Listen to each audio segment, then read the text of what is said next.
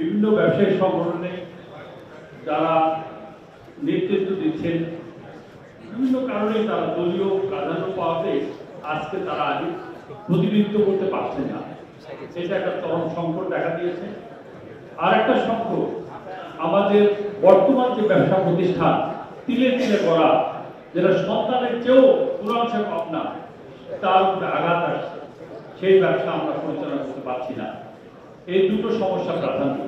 এই অবস্থায় আজকের আয়োজকদেরকে সত্যি আমি কৃতজ্ঞতা জানাই। আমি এই দুটো সমস্যাকে আমরা দুই ভাগ ভাগ করি। প্রথমে হচ্ছে আজকে ব্যবসাটা পরিচালনা করার জন্য কি কি দরকার, এটা করে আমরা সংস্কারটা দ্বিতীয় পর্যায়ে যাই।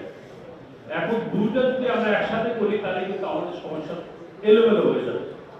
আমি আজকে সভাপতি এবং মিন্টু ভাই সহ যারা নেতৃবৃন্দ আছে সবাইকে অনুরোধ করব যে আমরা কিন্তু ব্যবসা চালাতে পারছি না।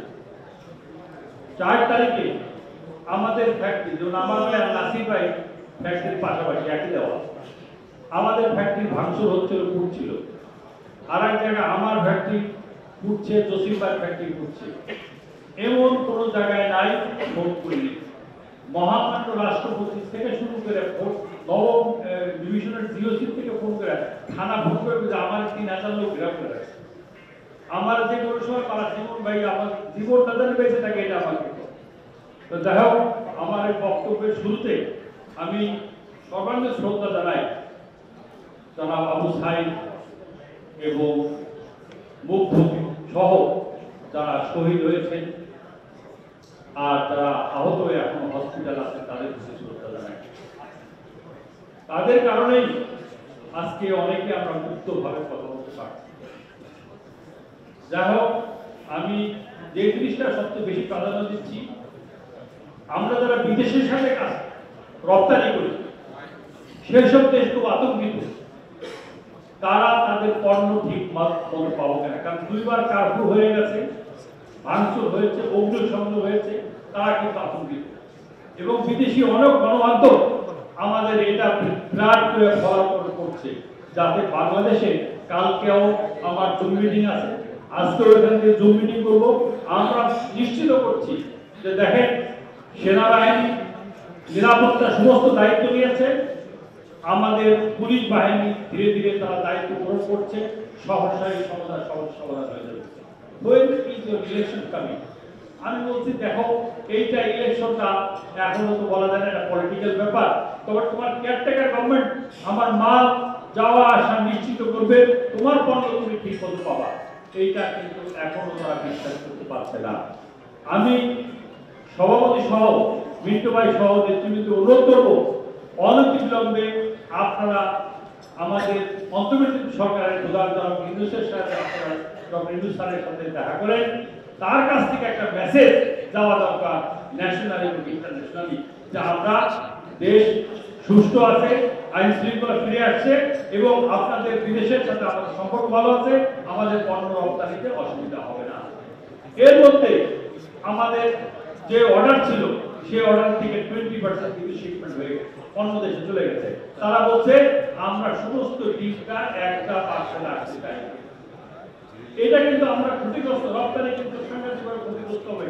স্যার, এখানে আপনাদের সাংবাদিক বন্ধুরা আছে, আপনারা আছেন, আপনাদের সকলের অবগতির জন্য আমি একটা জিনিস তুলে ধরছি।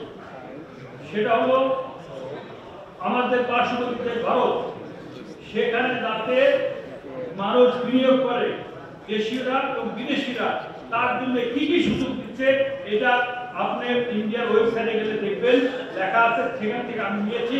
সেটা হলো কি, কর্ণাটকা, উড়িষ্যা, অন্ধ্রপ্রদেশ, বিহার, গুজরাট, এখানে যদি আপনি বিনিয়োগ করেন তাহলে উড়িষ্যা আছে 50 কোটি টাকা পর্যন্ত সরকার দেবে। এটা কোন সরকার এখানে যদি কেউ একটা মহিলাকে চাকরি দেয় তার 6000 রুপি তাকে বেতন গভর্নমেন্ট দিবে এবং পুরুষকে দিলে 5000 রুপি দিবে। এইটা 5 বছর পর্যন্ত সরকার তাকে দিবে। এত সুযোগ সুবিধা চাইরা ভাই বাংলাদেশের যেখানে ফ্যাক্টরি সকালে ঘুরে বিকালে ঘুরে এখানে আসবে, এখানে আসবে না। আমি যখন জীবনে বলেছি, আমি কাজী মুনি ভাই ফোন করেছি, আমি মিন্টু ভাই বলছে ভাই আপনি আমাকে কেন জানান নাই, আমি এমন কোন নেতা যাদেরকে চিনেন, আমি ফখরুল ইসলাম আলমগীর সাহেবকে দুবার তাকে ডিস্টার্ব করেছি, সাথে সাথে উনি কাজ করেছেন। আমি আমাদের আব্দুল ভাই সরকার ঢাকা ব্যাংকের চেয়ারম্যান, তাকে বলেছি ভাই আপনার খুব বন্ধু আব্বাস ভাই, তাদের আব্বাস ভাইয়ের দিয়ে কিছু বলার, অনেকটা কাজ হয়েছে কিন্তু এখনো কিন্তু কাজগুলো শেষ হয় নাই, এখনো বিভিন্ন জায়গায় খুব জ্বালার মধ্যে আছে ভাই। এখনো এই জায়গাটা দ্রুত আপনারা পদক্ষেপ নেবেন, এইটা আমার কাছে আপনার প্রত্যাশা। না হলে কিন্তু ভাই এই দেশের দেশে মানুষ চলে যাবে, মানুষ রেডি হয়ে আছে বিনিয়োগ করার জন্য, বিনিয়োগ দেওয়ার জন্য। সেই কারণে 40 বছর আমি আজকে ব্যবসায়, এই 40 বছর তিলে তিলে গড়া, এটা কিন্তু শেষ হতে বেশি সময় লাগবে না। এই জন্য আইন শৃঙ্খলা এইটাকে আমাকে রেস্টোর করা সবচেয়ে অতি গুরুত্বপূর্ণ। আপনারা জরুরি ভিত্তিতে আমি মনে করবো প্রধান উপদেষ্টার কাছে গিয়া এই ব্যাপারটা তুলে ধরেন।